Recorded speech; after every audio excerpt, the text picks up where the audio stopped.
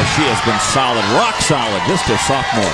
She really has been the one that has been a steady Eddie for this team for the last few days, and especially this morning. Yeah. She really made some key shots to set up that 10th frame. Yeah, when Maria was struggling, Samantha picked up things, and they were able to beat Nebraska earlier today to get to the finals. Now Beanie got him to mix around, and that's a double for Stephen F. Austin.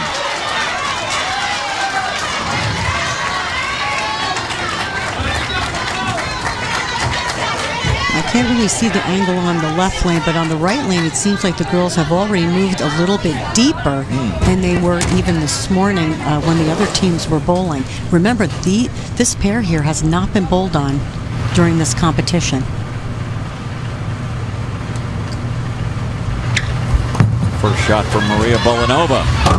High. And she's got a split on her hands, a 3-6-7-10.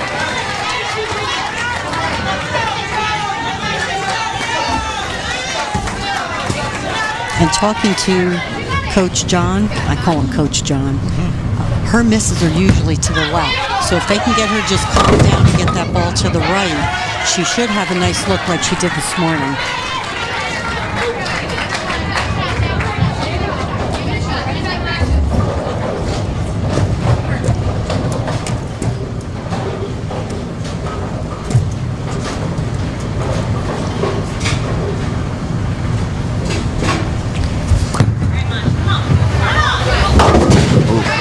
Just slid by the 7 in the open frame for Vanderbilt. Pretty much makes this a dead even match near the halfway point.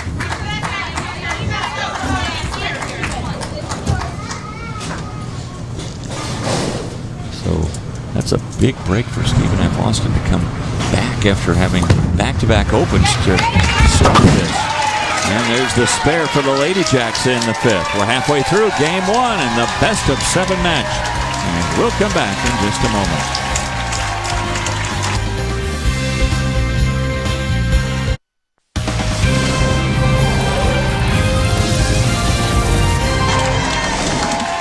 Halfway through game 1, and we're dead even. Vanderbilt and Stephen F. Austin. The Lady Jacks had 2 open frames to begin things, but came through with a double, and now an open for Vanderbilt in the 5th.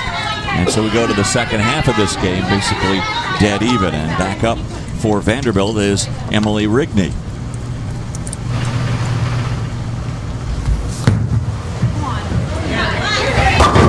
Remember, she crossed over the first time. Nice adjustment, leads the 7. That was a great shot, especially after coming out of commercial. You know, you're waiting, and also, again, you're only throwing 2 shots per game, so your wait seems a little bit longer. So that was a great shot. She just needs to concentrate on making the spare. She'll change to a spare ball.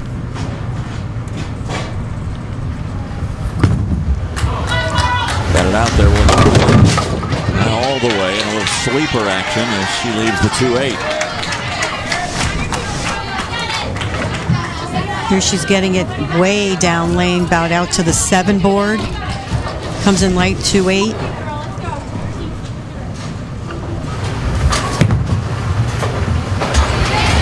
And a spare for Emily in the 6th.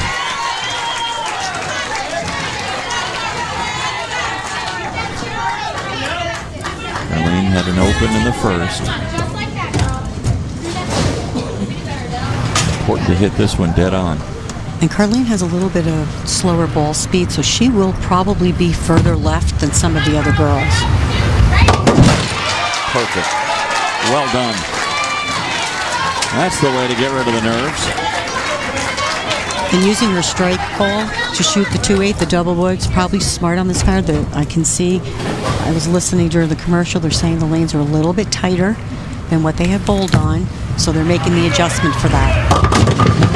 Through the nose for Adele Warner, but she gets a break and leaves just the 6 pin. And now Megan Eaglehouse.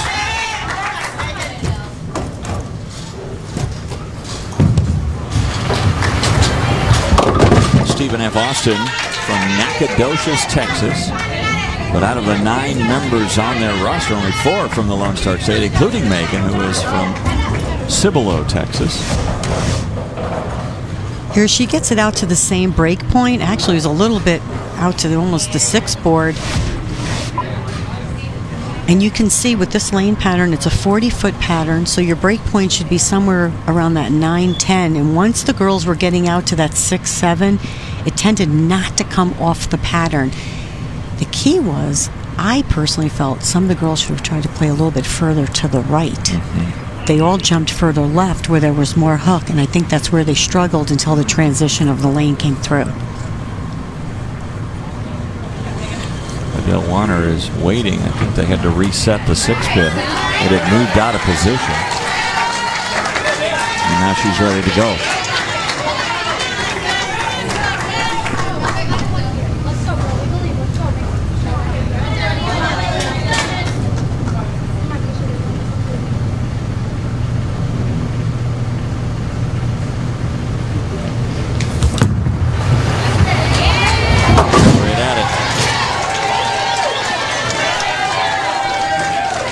Vanderbilt from Nashville, Tennessee. They've been to 13 straight NCAAs. Tough one here. Close. Missed the head pin twice. And that's 2 open frames in a row for Megan.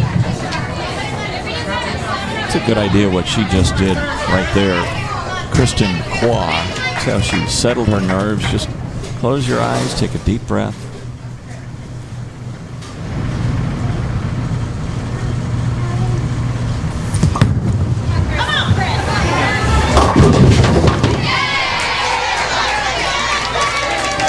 Kristen has a lot of training. She was once a member of the Singapore national team, and I know they get a lot of training, especially on the mental game. She's got a lot more axis rotation than a lot of the other girls, so she's always further left. Right now, though, doesn't seem like she's got as much leverage as she usually has getting into the line. Again, I think she's just favoring that wrist just a little bit. Baby split for Sarah Gill, a 3-10. Stephen F. Austin now falling behind by 17 pins.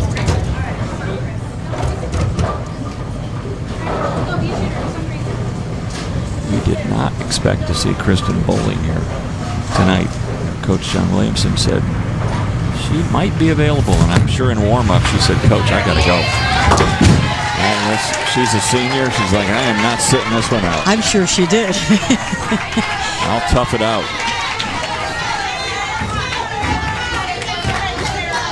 And you'll see the majority of the girls change to a spare ball. Kind of takes the lane out of play, takes the pattern out of play. It's going to go a lot straighter. You can angle yourself directly at your spare. You know it's going to go straight. Good shot. So there's no shock. 2 ways to make that.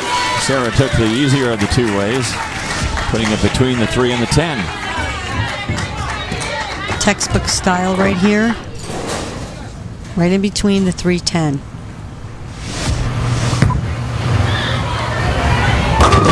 That's 2 strikes for Samantha Gaynor. Samantha has definitely shown why she is that foundation bowler. She sets up the anchor bowler every time, just makes great shots, always keeps the ball in play, and she's an excellent spare shooter. Paige Beanie. Got it. Love how that 6 slid out into the channel and knocked over the 10. Keeps the ball on line right in front of her. A little bit of a lower rev rate and gets the little love tap at the end, getting out the 10. All right, both with the foundational strike in the 9th. So it's up to the anchor bowlers, and Maria Bolanova can close things out with a good 10th.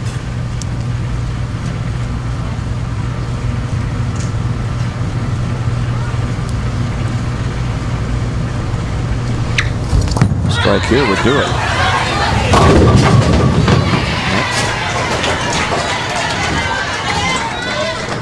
The one thing she wanted to avoid there, though, was any kind of a split.